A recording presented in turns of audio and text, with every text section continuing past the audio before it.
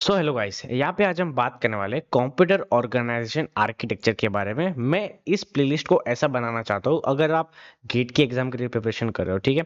Most ऑफली सब gate के लिए देखते हैं। और या फिर अगर आप कॉलेज में हो, ठीक है, कोई भी होगा, डिप्लोमा हो गया, डिग्री हो गया, नो मैटर।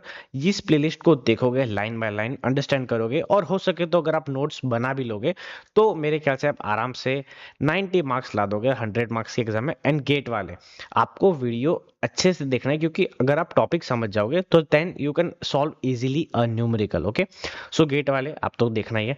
डिग्री डिप्लोमा वाले, अगर आपको जस्ट अंडरस्टैंड करनी थियरी, तो ये प्लेलिस्ट बेस्ट होने वाली है। मैं चैप्टर वाइज सब चीज कवर करने वाला हूँ, so this is a best video in overall the internet. Chapter 1, number system and data represent. यहाँ पे आपको क्या करना है, one's complement, two's complement, binary to octal, octal to binary, hexadecimal, इन सबको आपको कन्वर्ट करना होगा। और यहाँ से मैं एक चीज आपको बता दूं, यहाँ से नियरली आपको मिल जाएगा 8 to 10 मार्क्स का ये सीओए चैप्टर होता है, अगर गेट एग्जाम में देखा जाए।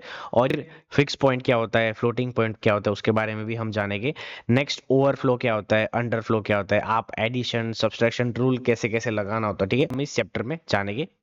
Next, chapter 2, instruction set and architecture. ये बहुत ही मेन इंपॉर्टेंट चैप्टर है, बिकॉज यहाँ से आपको एक क्वेश्चन आ सकता है डायरेक्ट और इनडायरेक्ट एड्रेस पे।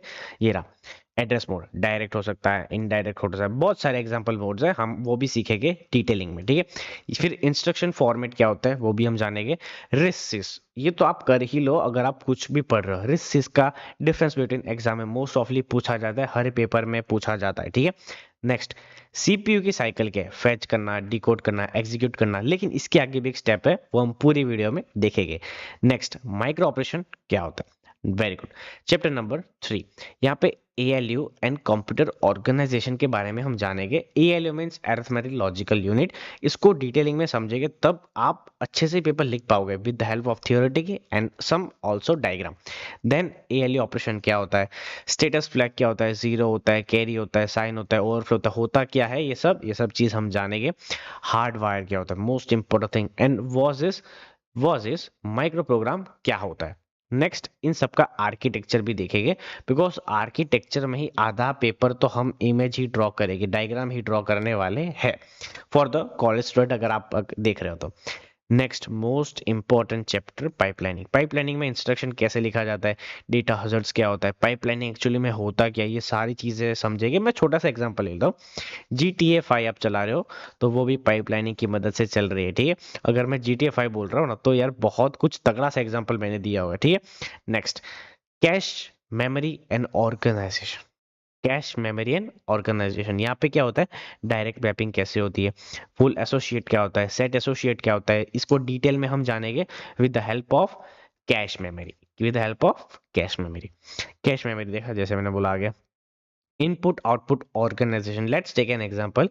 मैं बोलता हूँ भाई, इनपुट आउटपुट होता क्या, कीबोर्ड, माउस, प्रिंटर, हाँ, लेकिन उसके अंदर की क्या चीज है वो यहाँ पे बात करने वाले हैं। हाँ बिल्कुल।